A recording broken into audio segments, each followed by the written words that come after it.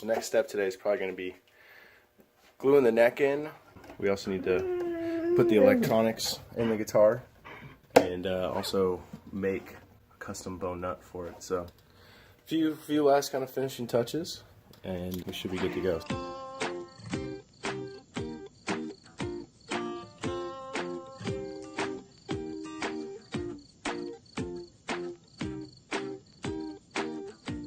Checking for when you look at this, just tightness of the fit right there and right here. Both of those are pretty snug. Looks good over here too. So I don't think we're gonna. Oops, sorry. Probably have to do much here. Because otherwise you'd have to take it out, trim it a little bit, use a file. Like that's what you had to do on the Gibson, right? Yeah. That was a lot of extra work getting that precise. Yeah. Let's make a good contact down there. That's actually where we'll get most of the glue surface. Will be right along the back there. Can also get some on the sides. Probably just take a little thing to clean that up a little bit. Okay.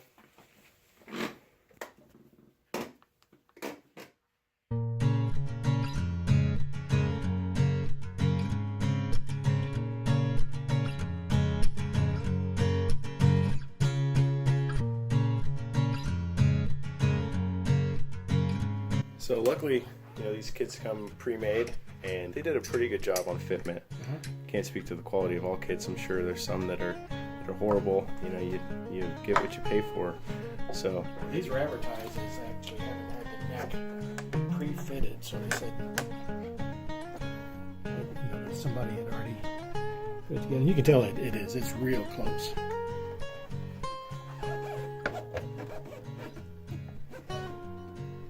A little bit of a gap right there, but you know, that's really kind of more because of that piece of binding that I had to put in there. Right. I didn't flare it up a whole bunch there, so there's a little bit of a gap, but it's not bad.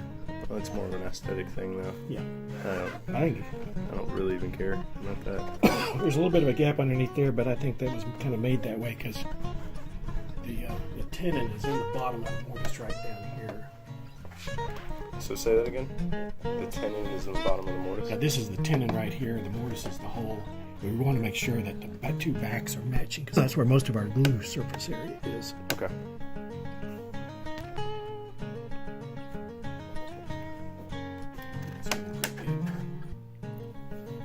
So what would be the next steps? I'm going to do one little test here.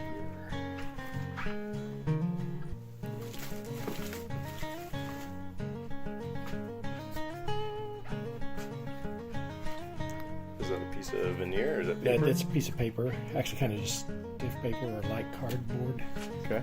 I'm just going to put it underneath there and see if I get a snug fit.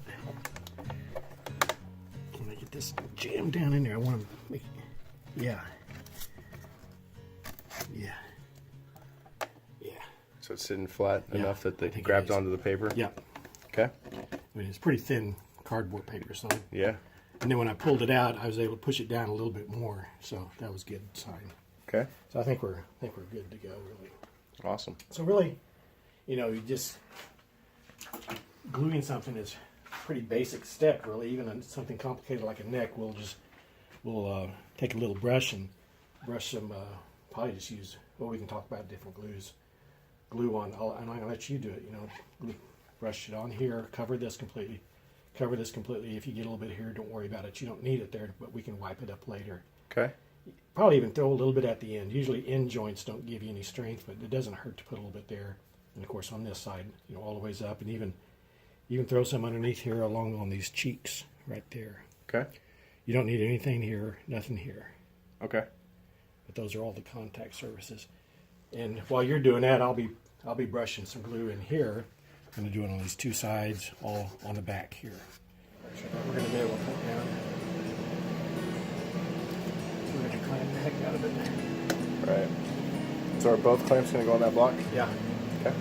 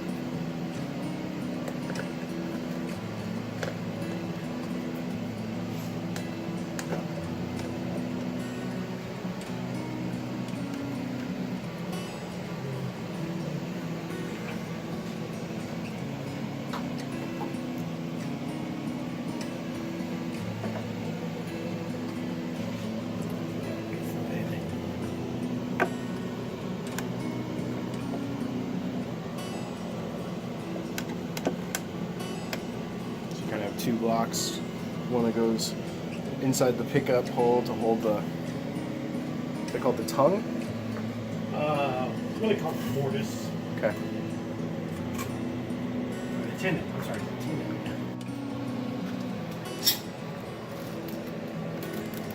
So obviously we're just testing the clamps, make sure we have a good clamp area before we go and glue everything.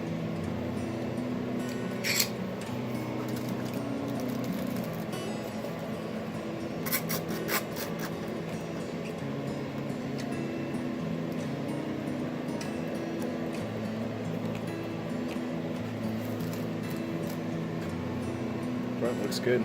Yeah, that'll work. Okay. And the last thing I did before I tightened up the clamp was I pushed the neck in a little bit. It slipped in and made good contact. So you want to see this line close up, and there should be some glue squeezing out, Okay. which we will clean up. So I think that's go like that. Glue her up, and Yeah. how long does the glue take to set? It was a day.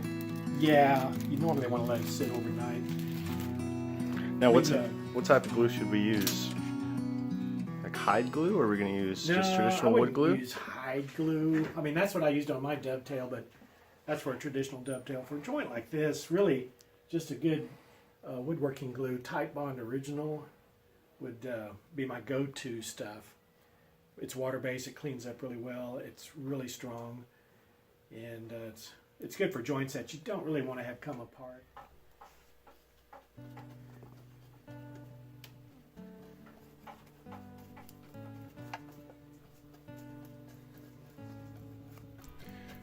So do you want it to just be kind of covering that, or do you want to actually kind of have like a little build-up, a little extra doesn't hurt?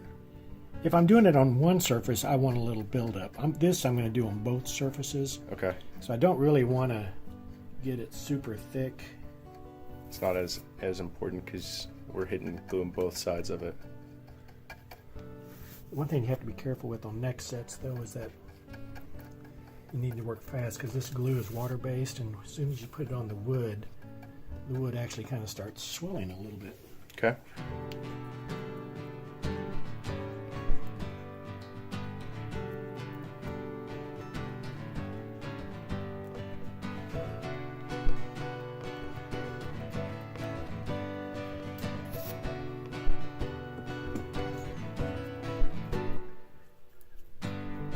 Flip it over to the other side.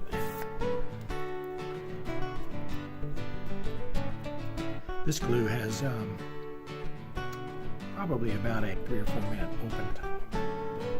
When you say open time, you just I mean that. mean, you can leave it open before you put the joint together, before it really starts setting up, but you really don't want to push that. It's really best to kind of have gone through everything first to get your joints worked out. Brush it in there.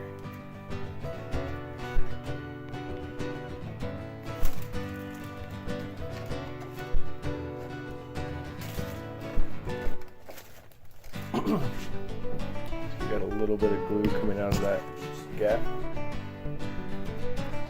which means it's pretty tight. Obviously, try to get a little bit more.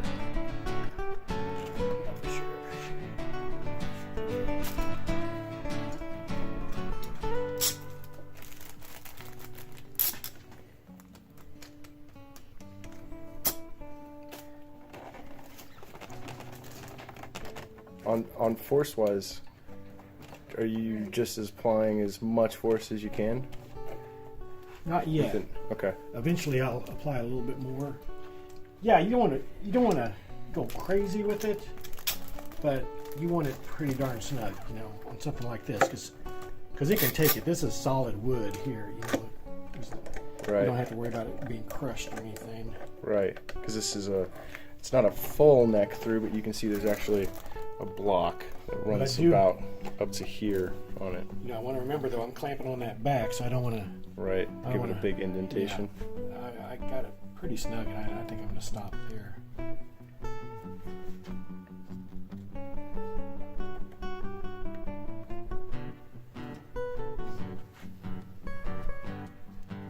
So the nice thing about this is it's water-based. And even if it dries, you can come back and hit it with some water later, right? Right. So. You have to wipe at it quite a bit longer when you're doing it after it's hardened. So it's easier to get it down.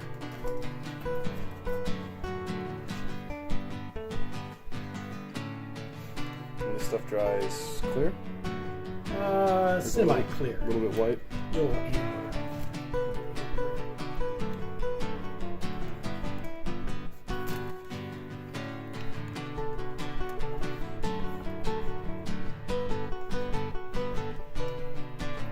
Either super wet rag or even a brush that's dipped in water.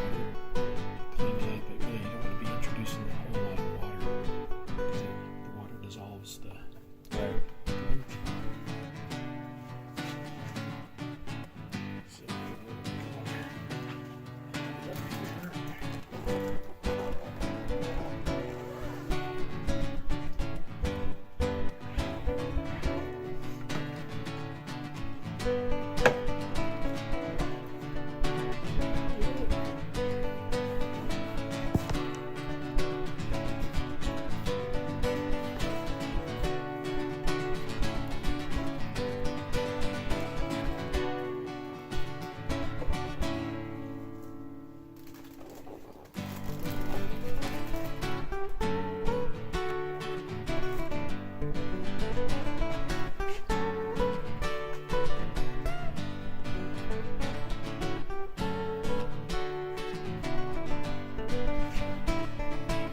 So how many necks do you think you've glued on to a guitar? Oh, I don't know.